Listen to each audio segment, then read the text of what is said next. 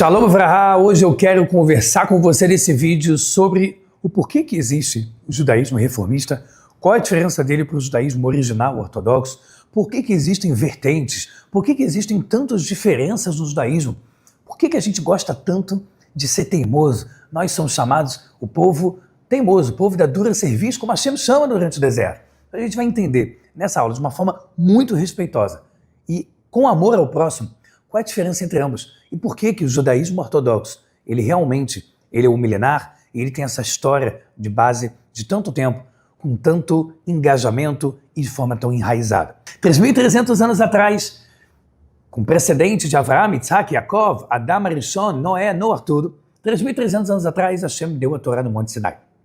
Todos os judeus que acreditam em Deus e no judaísmo, nós acreditamos nisso.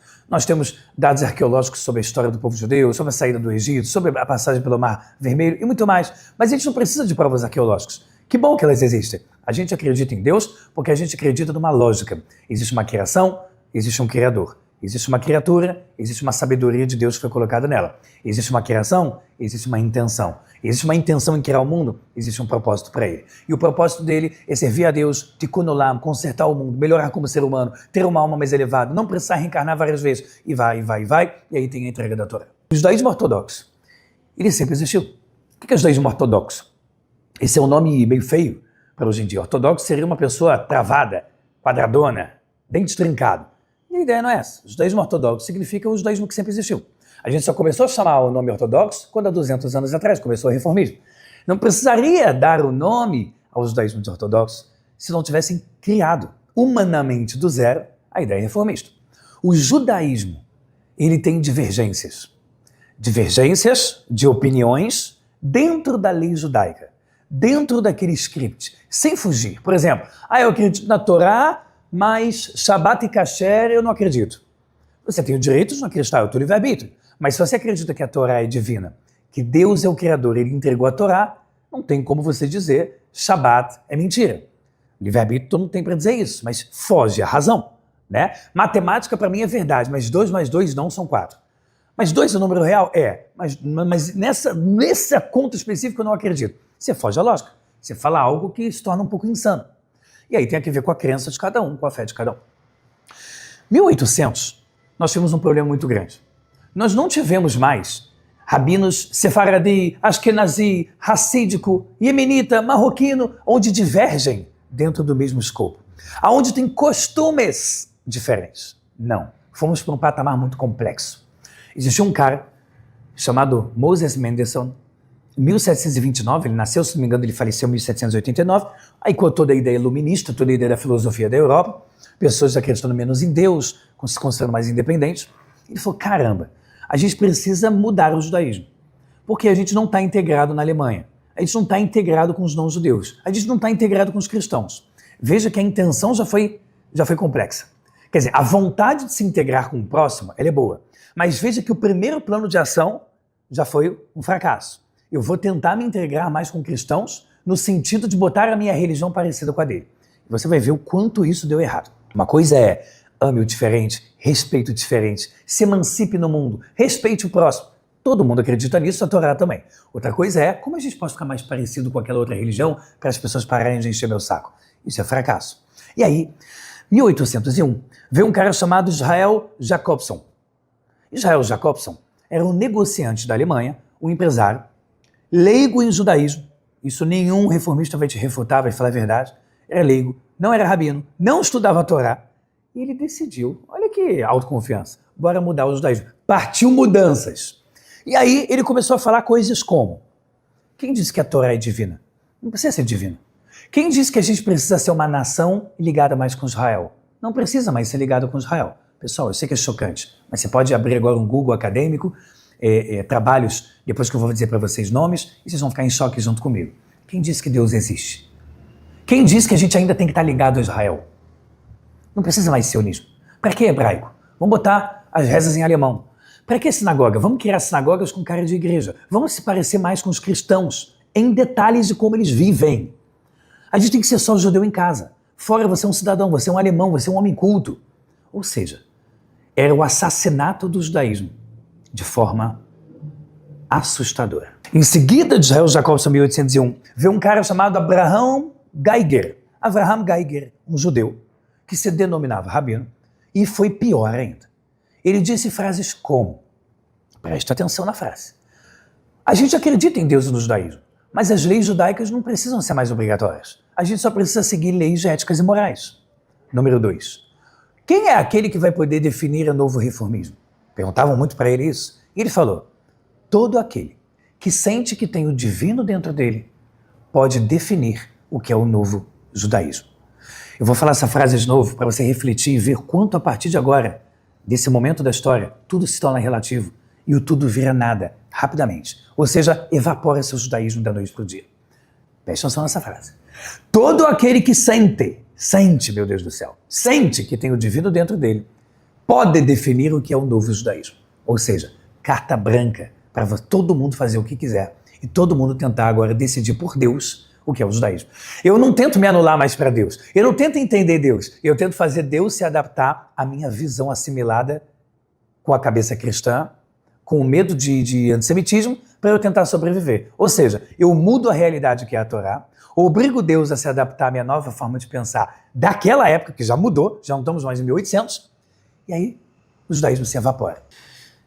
Em 1885, teve uma plataforma de Pittsburgh, na Pensilvânia, onde o reformismo foi levado para os Estados Unidos, e um cara chamado Isaac Weiser, ele foi um cara, um empresário, que ele falou, a gente tem que criar uma infraestrutura no reformismo. E aí eles juntaram vários líderes que se consideravam reformistas e criaram um novo consenso. O novo consenso foi chamado a Plataforma de Pittsburgh, 1885, na Pensilvânia. E lá, as piores frases que você pode imaginar para um judeu, e principalmente alguém que ama Israel, foram ditas. Número 1, nós não queremos mais voltar para Israel. Nós não queremos mais ter conexão com Israel. A gente quer se desenvolver na Alemanha. A gente quer ser do mundão. Frases como essas, faladas ou desse jeito, ou de outro, com a mesma mensagem, foram ditas lá. O judaísmo, quem disse que Deus deu a Torá? Quem disse que a Torá é divina? Quem disse que as leis judaicas precisam ser cumpridas? Frases como essas foram só piorando e piorando e piorando. Judeus que precisam casar com judeus? Já desde aquela época muitos diziam, não precisa. Caramba, mas é um mandamento claro, direto da Torá que você diz acreditar e da Torá que você diz estar representando. Mas agora é o ser humano que manda. Não precisa mais entender Deus. Não preciso mais me anular para o divino. Deus que se adapte a mim. Eu mando nas regras. E se alguém tentar agora abrir um parênteses e falar, mas os ortodoxos também, tem gente que se veste assim, tem gente que se veste assado. Claro, a Torá não disse como tem que se vestir, então você pode se vestir como você quiser. Se a Torá não disse como você tem que se vestir, então se você vai se vestir com uma roupa europeia ou uma roupa árabe, fica à vontade. A Torá não definiu. Então esse argumento é inválido.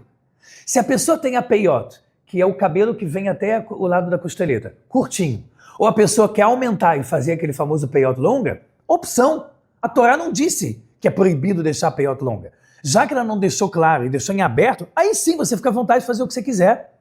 Se você vai comer maçã com mel em Rosh Hashanah, ou não vai, é um costume, é uma tradição, não vem da Torá escrita, nem é obrigatório pela Torá oral. Então fica à vontade. Uma coisa é divergência mantida em volta da mesma essência da Torá, sem tentar mudar Deus, sem tentar assimilar Deus, sem tentar tornar Deus um Deus cristão, para eu ficar bem na fita com meus amigos da Alemanha.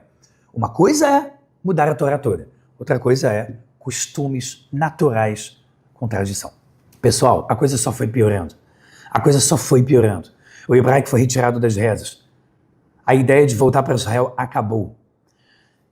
Se você ama Israel, você deve estar sentindo a mesma dor do que eu. Porque se dependesse do judaísmo reformista, a gente nunca mais teria voltado para Israel. 1948 não teria existido. O exército de Israel não existiria. Todos nós talvez teríamos perecido numa continuação de um holocausto. Talvez não haveria mais judeus no mundo se a gente não voltasse para Israel. Mas de 1801, com Israel Jacobson, onde realmente começou o reformismo, depois de Moisés Mendelssohn, na época pós-iluminista, quando você pega 1801 até 1885, meu amigo, em 84 anos, essa galera foi capaz de destruir praticamente toda a essência que existe na Torá e no judaísmo. Acabar com a visão sionista. Botar Israel como se fosse um papel dobrado e jogado no lixo. Não precisa, quem quiser, pessoal, de verdade, a fundo, tem que ler a plataforma de Pittsburgh. Se você realmente quer buscar a verdade, entender o porquê que os judeus ortodoxos têm tanto medo do judaísmo reformista, você vai entender que o nosso problema não é pensar diferente. O nosso problema é quando você mata a essência. O nosso problema é quando você coloca o teu ego acima de Deus. Quando você acha que você é capaz de dizer para Deus o que se deve fazer ou não. E isso torna-se insano. Se você não acredita que a Torá é divina, se você não acredita mais que Deus existe, então por que você continua judeu? Seja pelo menos honesto. Diga que você vai viajar por outros lugares do mundo para tentar descobrir a verdade. Por que você tenta transformar o judaísmo quase numa coisa ateia, agnóstica ou cristã, se essas religiões já existem? Seja mais honesto. Não tente mudar o judaísmo para o seu bel prazer, para beneficiar os teus desejos. Seja você aquele que precisa melhorar como ser humano para chegar até Deus. Porque Deus já é perfeito. Deus não precisa de um consenso de Pittsburgh reformista para se tornar alguém melhor. Nós precisamos melhorar espiritualmente para nos tornarmos melhores. E não vai ser imitando as outras religiões, com medo de rechaçamento dos outros, que a gente vai se tornar mais elevado. A coisa só piorou. Em 1993, foi feita uma reunião entre rabinos reformistas nos Estados Unidos. Se judeu tinha que ainda casar com judeu ou não. 50% disse que não precisava mais. Ou seja, se dependesse deles, em 2025 a gente já quase não teria mais judeu no mundo. Porque a assimilação seria total. Ou seja, consenso reformista. Não precisa mais casar entre judeus. Não preciso mais de Israel. A Torá não precisa obrigatoriamente ser divina. E as leis judaicas não são mais obrigatórias. O que você fez com o judaísmo? Você matou ele. Porque nós não somos só uma religião. Nós somos um povo com uma nação. E na Pittsburgh está escrito de modo oficial lá na carta.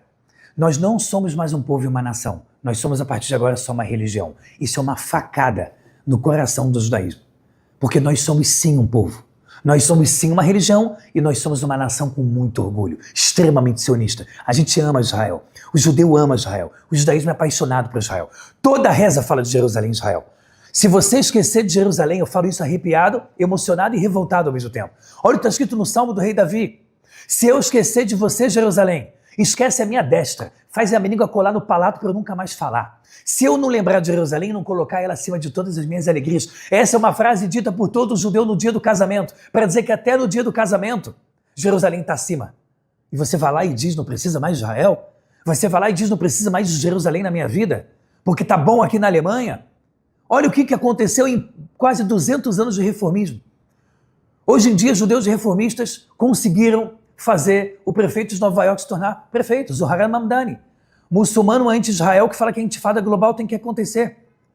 A maior parte dos judeus reformistas de Nova York votaram para ele ser o prefeito. Sabe por quê? Porque o judeu, na sua visão pura do reformismo, de inicial, não tem mais ligação com Israel. E é por isso que hoje você vê muitos movimentos juvenis judaicos, muitos, que já começam a dizer Israel é genocida, blá blá blá, nosso exército realmente, Palestina livre, e falam um monte de besteira e não entendem que se ele não defender o seu próprio povo, pode acontecer um segundo holocausto com ele. Entenda, o reformismo não é apenas uma forma de questionar o judaísmo. Não é apenas uma conversa amigável, onde cada um pensa diferente. Ele é o assassinato do judaísmo. Ele é o assassinato do sionismo. Se você tem compromisso com a verdade, nunca mais diga que você é reformista e ao mesmo tempo sionista.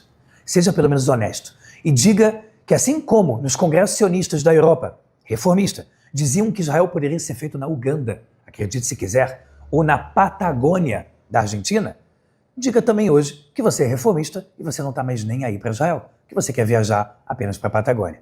Porque a honestidade é importante, o compromisso com a verdade é importante. E o judaísmo ortodoxo, ele pode ser moderno, ele pode adaptar. Eu posso usar tecnologia à vontade, eu posso pegar no Shabat e deixar o ar-condicionado pré-ligado ou com timer, com relógio. Eu posso usar tecnologia à vontade. Aquele argumento de dizer que o judaísmo tem que se tornar moderno, e por isso o reformismo foi criado, mentira. O judaísmo ortodoxo é moderno, é tecnológico, não tem problema nenhum.